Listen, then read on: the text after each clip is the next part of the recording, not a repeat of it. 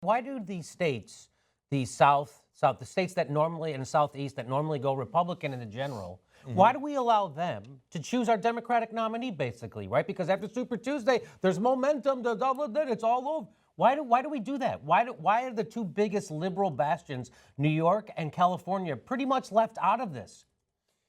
Yeah, so isn't that crazy? It is crazy, and so there's a lot of politics, unsurprisingly, between on who goes first, who goes last, and so New Hampshire and Iowa go mental if you try to take them out of those first two spots.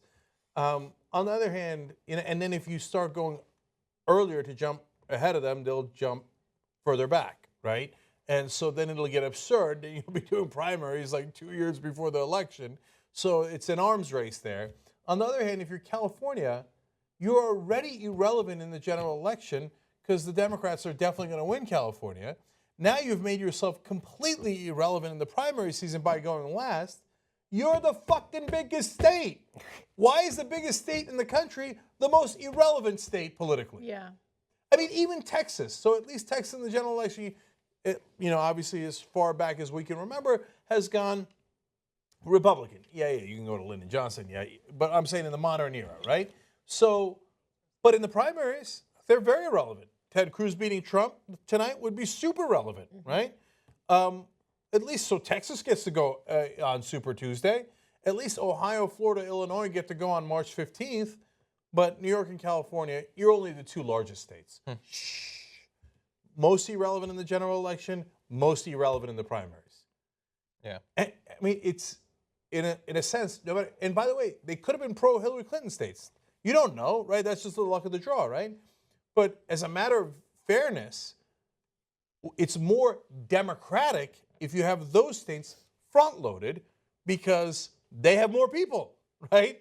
So that is more Americans being ignored when New York and California in 8 out of 10 primaries don't have a relevant vote.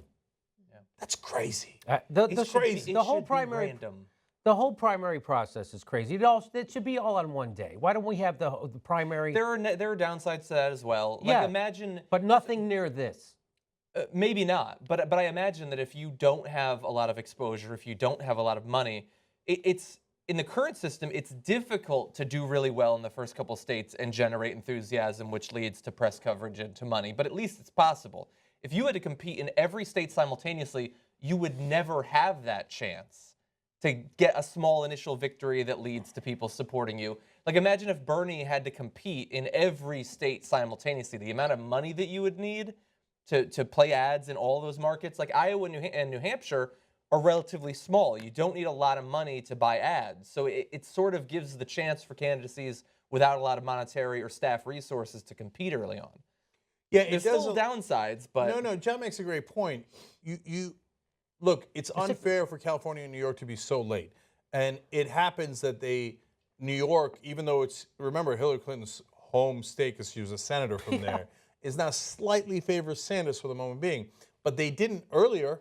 Right? Sanders got an opportunity to catch up in New York because the more time, it gives the underdog, and it didn't have to be Sanders either, it gives the underdog more time to get press because nobody knew who Bernie Sanders was. If Elizabeth Warren was running, you'd be shocked at how little people know her. Millennials are deeply progressive. In a recent, they had the most popular person among progressives in politics and in overall in life is Bernie Sanders at 31%. You know where Elizabeth Warren ranks?